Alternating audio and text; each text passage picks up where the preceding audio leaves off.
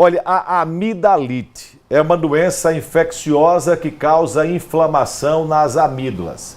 Ela pode ser viral ou bacteriana e afeta pessoas de todas as idades. Para esclarecer um pouco mais e tirar dúvidas, nós estamos recebendo aqui nos estúdios da TV Atalaia, do Balanço Geral, o médico otorrinolaringologista, doutor Ricardo Barbosa Ramos Filho. Doutor Ricardo, prazer em cumprimentá-lo. Um bom dia para o senhor. Bom dia, Fábio. Bom dia a todo mundo que está em casa. Obrigado pelo convite. Vamos lá, vamos às perguntas aqui dos nossos telespectadores. Põe na tela aí.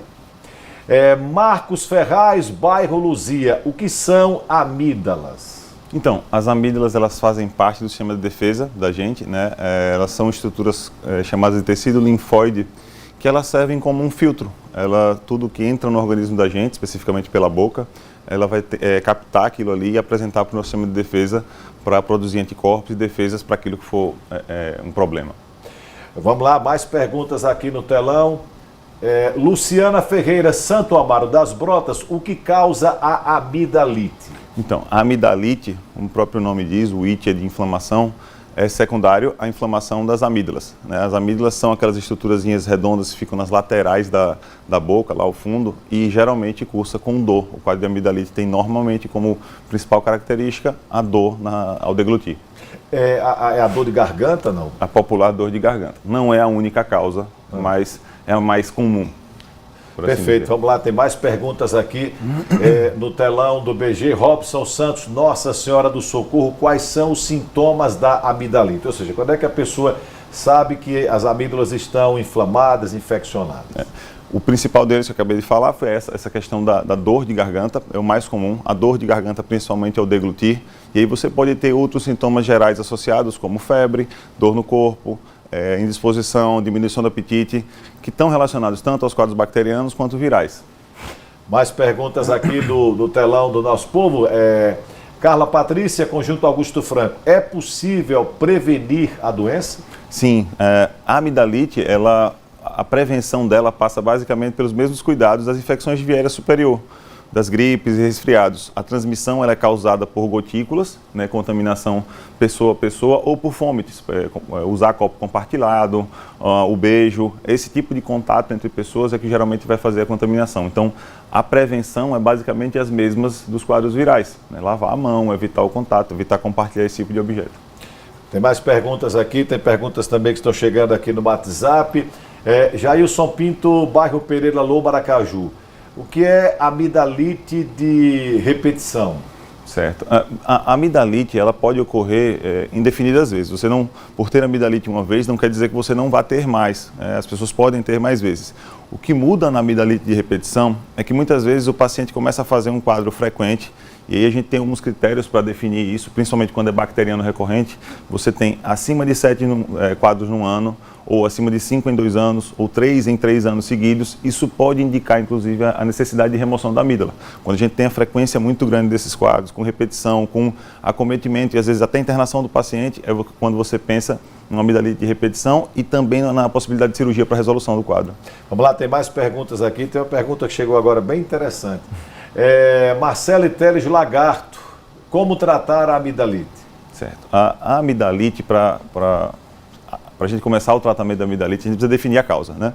Vai depender. As principais causas são bacterianas e virais, nos casos infecciosos. Então, se é uma amidalite bacteriana, geralmente vai precisar da avaliação do especialista para definir esse quadro primeiro, né? E em caso de confirmado, o uso de antibiótico. A amidalite viral não, ela é sintomática. A gente vai tratar os sintomas e, na verdade, quem vai tratar a amidalite é o próprio organismo, né? Se você tem alguma outra causa, por exemplo, refluxo também pode causar amidalite, você tem que tratar a causa de base. Então, tratar a amidalite é definir primeiro a causa para a gente poder atacar a causa de base. A última pergunta aqui no telão para a gente ir para as perguntas do WhatsApp. Vamos lá? Gabriel Santana de Itabaiana, pastilhas para dor de garganta resolvem o problema? Uma pergunta interessante. Então, as pastilhas para dor de garganta, muitas delas têm medicações que são anti-inflamatórias, que são analgésicas e anestésicas tópicas. Elas não vão resolver o problema, principalmente se você tiver um quadro infeccioso bacteriano secundário. Então, quando você tem um quadro desse, quem vai resolver de fato é antibiótico. Se tem um quadro viral, que é autolimitado, o que a pastilha faz, na verdade, é melhorar o sintoma. e, de certa forma, ela ajuda, sim, porque quem vai resolver, como eu falei na pergunta anterior, é, na verdade, o próprio organismo. Mas a pastilha ela tem um papel importante na redução de sintoma. Pastilha, não é bala de hortelã, né? Exato. Não é bala de hortelã. Olha, o nosso editor Cariolando, ele faz a seguinte pergunta, ele está preocupado com a garganta pouco inflamada e pergunta, mesmo assim, pode tomar uma cervejinha gelada no final de semana? Acho que essa é a E pergunta... cerveja, gelo, enfim, água gelada de uma forma geral. Mas essa é a pergunta bem frequente no consultório, né?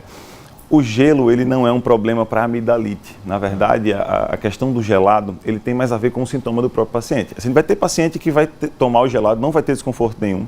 E tem paciente que, geralmente, quem tem quadro alérgico por trás também associado, ele vai ter um quadro de piora da dor relacionado à exposição ao gelado. Então, a amidalite, por si só, ela não é um problema com gelado.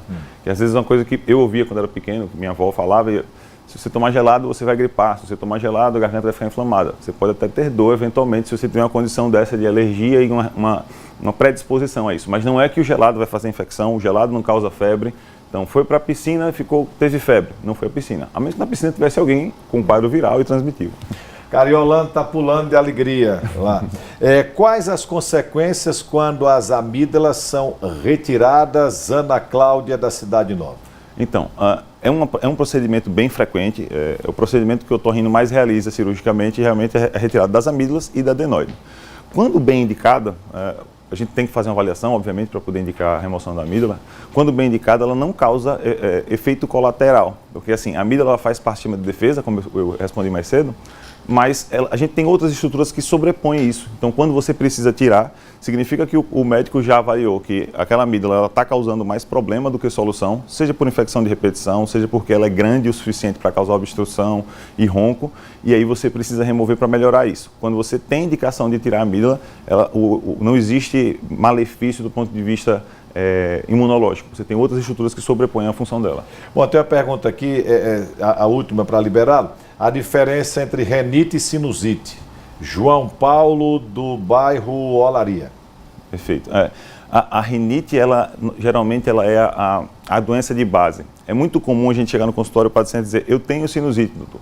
O que na maioria das vezes não é verdade. O que é mais comum acontecer é que o paciente tem rinite, ele tem uma condição crônica que favorece esse quadro de obstrução, de secreção, e a sinusite ela acontece como sendo uma crise. Geralmente a sinusite ela é consequência de algo. Então, o paciente tem um quadro gripal que porventura não se resolve.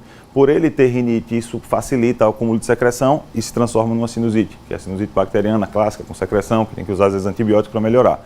Mas a rinite é uma inflamação crônica da mucosa, como se fosse alergia, que as pessoas chamam no dia a dia, e a sinusite seria uma complicação, uma agudização disso, uma crise. Perfeito. Doutor Ricardo, muito obrigado pela sua vinda aqui, pelos esclarecimentos. Uma ótima sexta-feira para o senhor. Obrigado a todos.